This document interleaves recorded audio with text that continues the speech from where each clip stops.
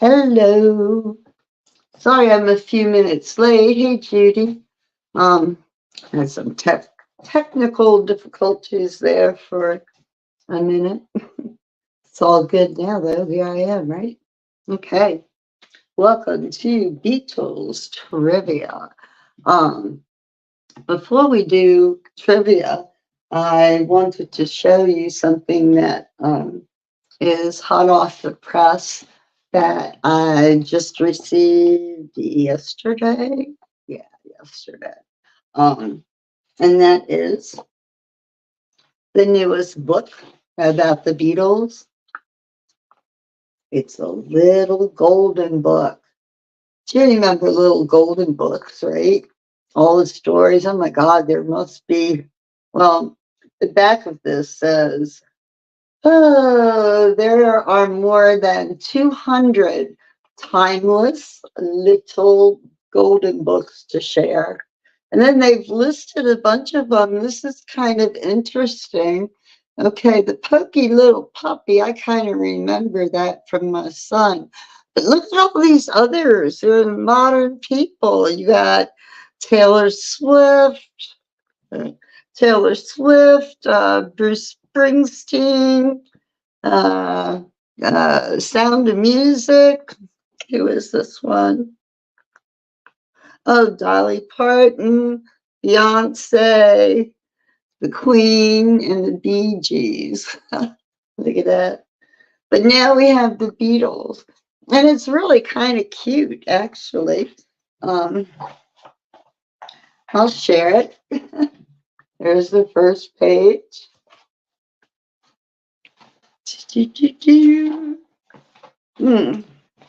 Here. Here's the pictures. I'll read it. John Paul, John Paul, George, John Paul, George, and Ringo were four friends from Liverpool who rocked the world as the Beatles. Each year, millions of visitors come to the bustling city in northwest England to learn about the band and see where their musical dreams began. Okay, that's a short book. Okay, now here's a picture of John at the piano. Okay, it says John Winston Lennon was born in Liverpool on October 9th, 1940. His middle name came from England's prime minister at the time, Winston Churchill. When John's parents split up, he went to live with his Aunt Mimi. John spent hours in his room drawing cartoons, writing stories, and playing his guitar.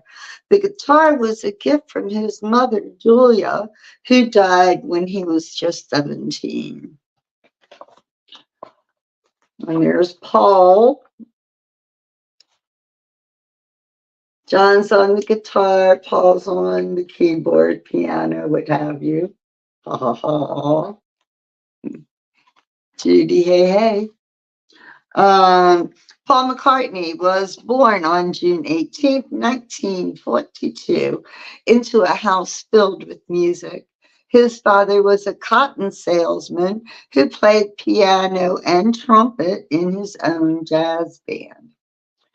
Paul turned down music lessons and instead taught himself how to play the piano and guitar. Like John, Paul lost his mother when he was young, but John and Paul shared something else that would bring the two together, a love of music. This is so cool. Okay, so, okay, over here, so this is the next page, and it looks like John and Paul there playing some music. One summer day, Paul dropped by a festival to hear a band called the Quarrymen. Started by John, the Quarrymen played rock and roll music and jazzy tunes called skiffle. During the band's break, Paul played a few songs on the guitar. John liked what he heard and asked him to join the band. So, next up, I think that's George. Yep. The Quarrymen had kids dancing all over Liverpool. When they needed a third guitarist, Paul suggested his friend George Harrison. Born on February 25th, 1943, George fell in love with rock and roll after hearing Elvis Presley play Heartbreak Hotel.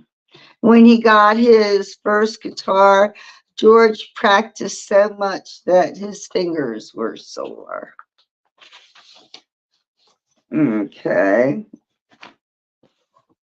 Now here's the band. A little bit later in time, getting it together, right? Says all that practice paid off. At the age of 15, George auditioned for the Quarrymen on top of a double-decker bus.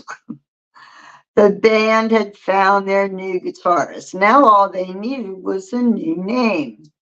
One of the hottest groups at the time was the Crickets. John thought it would be cool for his band to have a bug name too. Guitarist Stuart Sutcliffe suggested Beatles, like spelling it like the bug, Beetles, or Beatle, Beatles. With their new name came a new goal. The Beatles would become famous. Or, as they like to say, they go to the toppermost of the poppermost. So, hey, Martin, long time. Hi from Baltimore to Canada. John, we're reading this book. It's just hot off the press. I just got it yesterday. I had pre-ordered it, but the Beatles made the Golden Book line up here. They're famous. So, and next page, right here. Oops, this one shows them going off to play their music. The Beatles were still far from famous when they were invited to perform in Hamburg, Germany. John, Paul, George Stewart, and the drummer Pete Best jumped at the chance to bring their tunes overseas. The band played every day of the week, sometimes for as long as 8 hours. After 9 months of rocking Hamburg, the Beatles left Germany with new mop-top haircuts, more fans, and their first recorded single, My Bonnie. They also left without Stewart, who stayed in Hamburg to study art. And here they are leaving back to England. Oh, that must be the Cavern Club. Look at that. Doesn't it look like that? The Beatles were back in Liverpool and back to performing at small clubs. Fans stood wall to wall to hear them play. The band's popularity was growing. All they needed was a recording contract and a little help from a friend named Brian Epstein. And there is Mr. Brian dressing the Beatles up, making them look respectable. Judy, you on Facebook and YouTube. All right. Oh, hot diggity, it worked. Yes. Okay, so as the Beatles' new manager, Brian got right to work. First, he changed the band's look. Instead of leather jackets and jeans, they would perform in suits and ties. And they were expected to act like polite gentlemen and always be on time for their shows. Yeah, it really says that. Boy, Brian didn't cut him any slack, I don't believe. Okay, so here they are writing lyrics and recording, writing music, writing lyrics, and recording it. It says John and Paul got to work too, teaming up to write new songs. Paul wrote his lyrics neatly in a notebook. John scribbled his songs on random scraps of paper. Their writing styles were different, but they led to catchy tunes such as She Loves You and I Want to Hold Your Hand. The Beatles had great new songs, but still didn't have a recording contract. Finally, a music producer named George Martin invited John, Paul, George, and Pete to audition at his studio. After hearing them play Love Me Do, he offered the Beatles a contract and a suggestion: find a new drummer. For Pete. So here they break the news to Pete and they install Ringo in his place. Saying goodbye to Pete wasn't easy, but the Beatles would soon say hello to an awesome drummer from Liverpool who called himself Ringo Starr. Ringo spent many months in the hospital as a young teenager. He was born Richard Starkey on July 7th, 1940.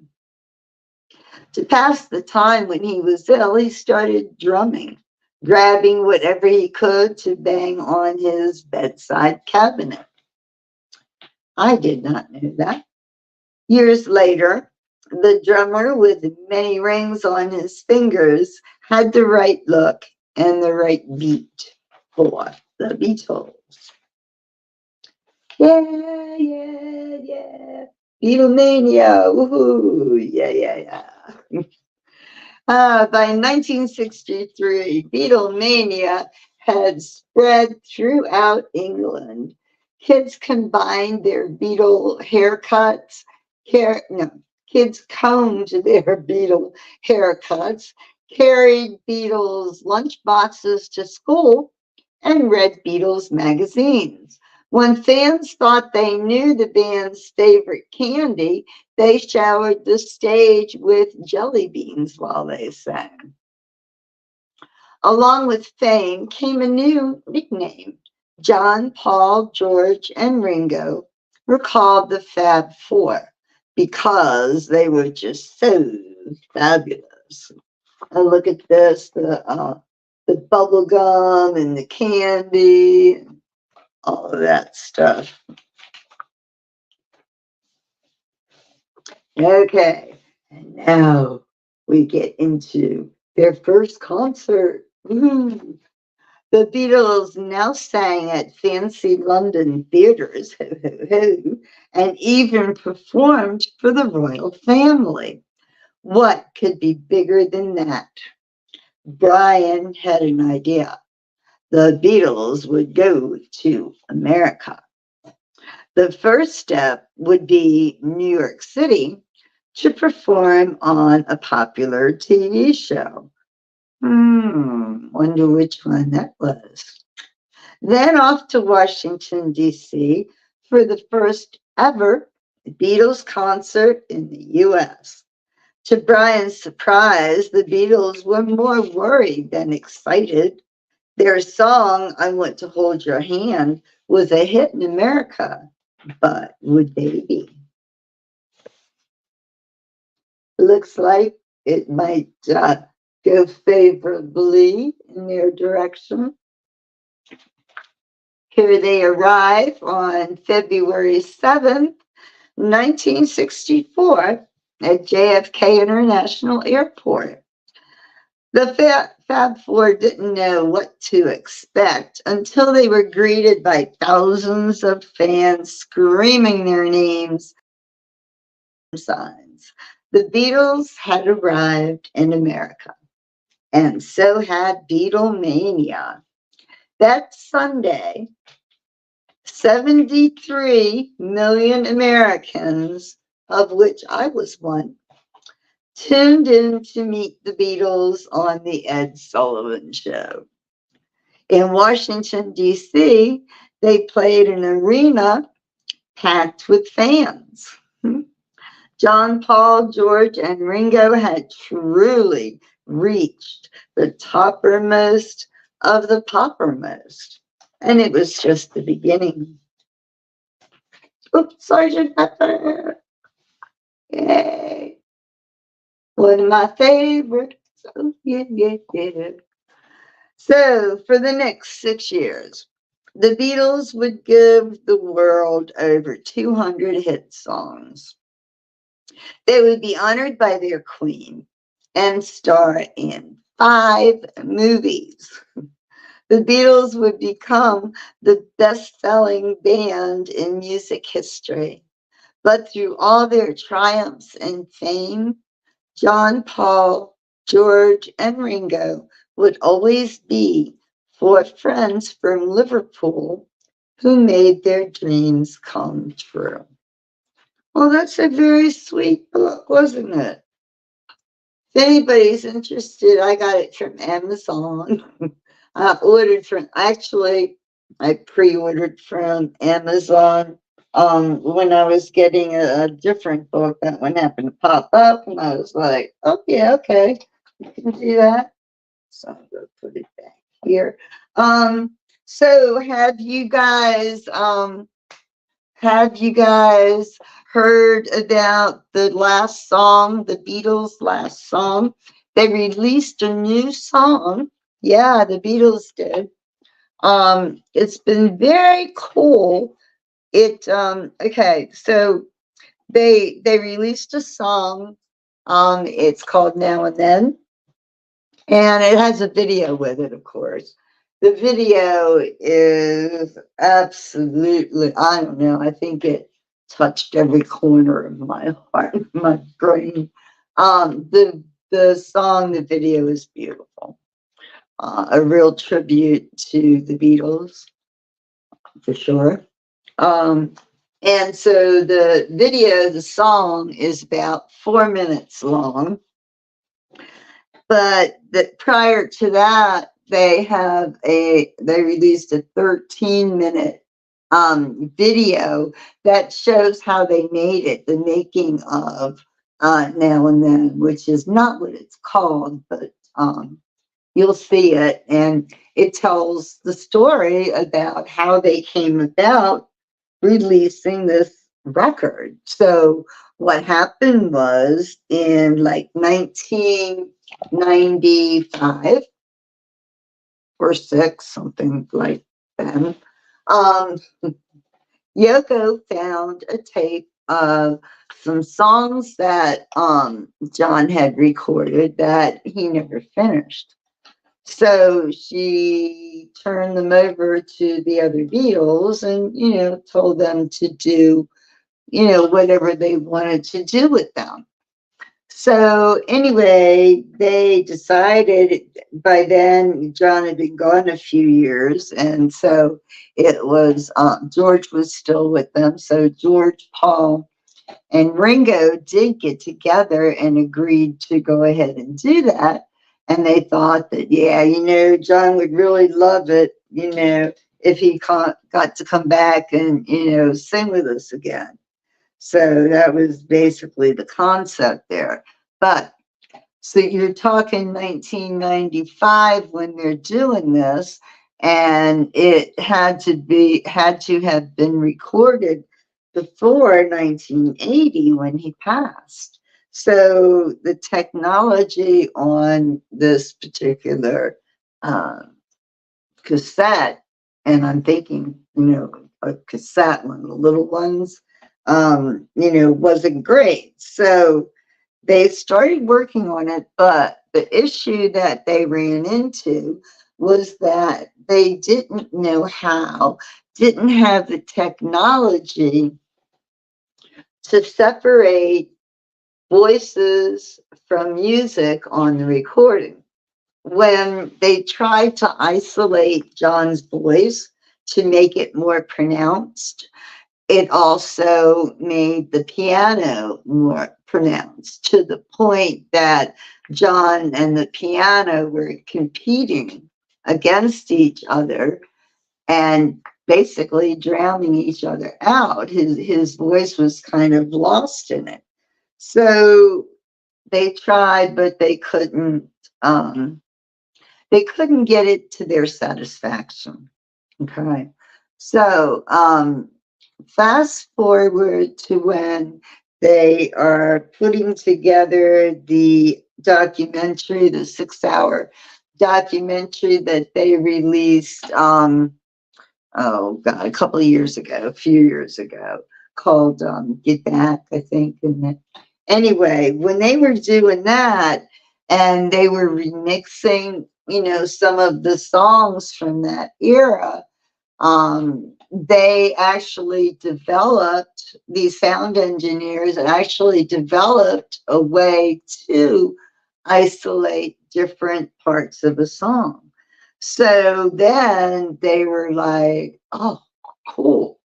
But by now, this is like in um, 2022. George has been gone since 2005 or something. But in the 1990s, when they were working on it before they quit, George had laid down some guitar tracks for that.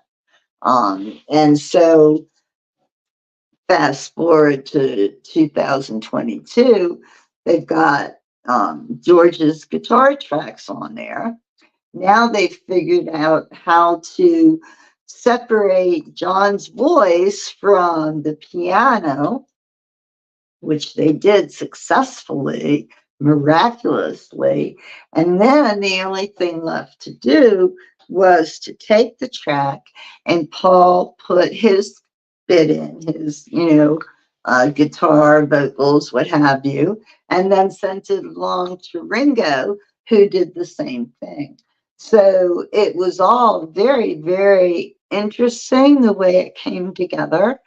Very cool, actually. I don't know if you've heard the song, but I'm going to let it play before we go. Instead of quizzing you on trivia, I gave you a bunch of trivia today, a little bit different, but all right, let's see if I can make this work. Alexa, play the Beatles' new song Now and Then. Here's new music by the Beatles on Amazon Music. There it goes. Alexa, increase volume.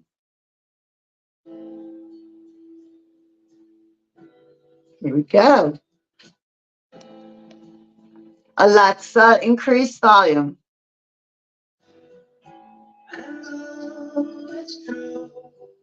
Hope you can hear it. Hear how clear his voice is.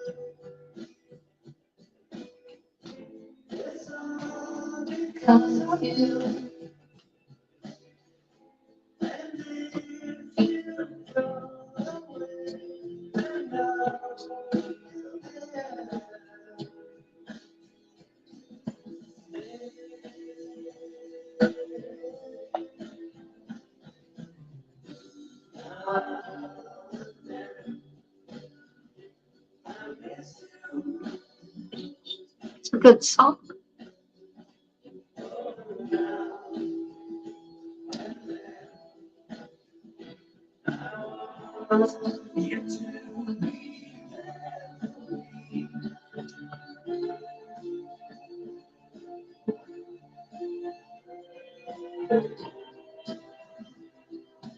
It's so the Beatles too.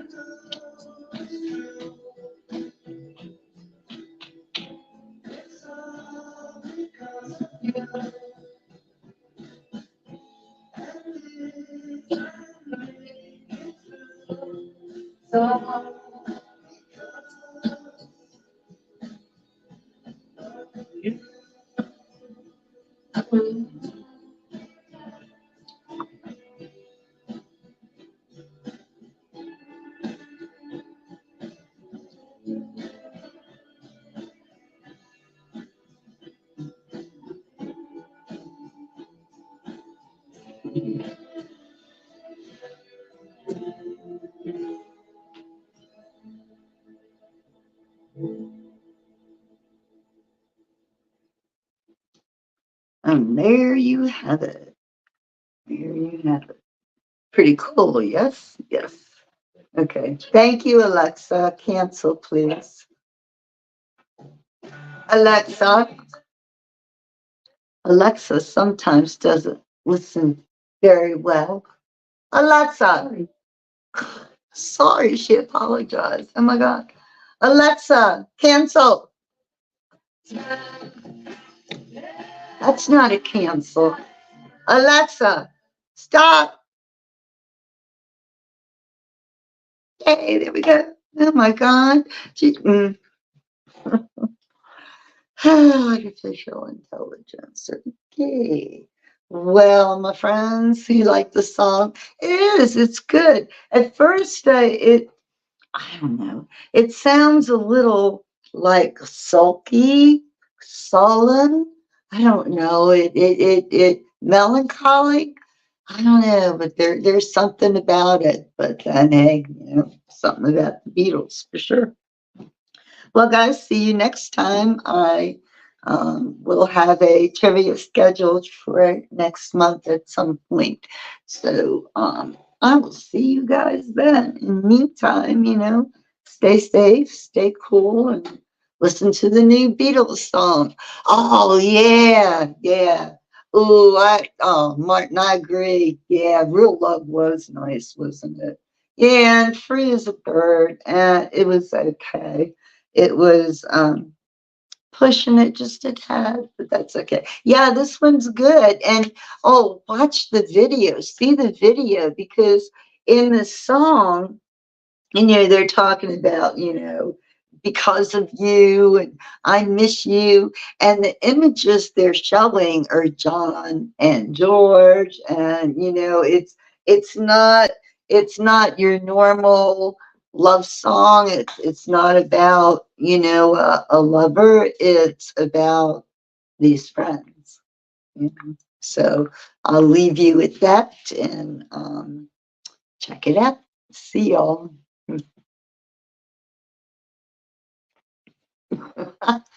Oh man. Now I can't turn off, right? There we go.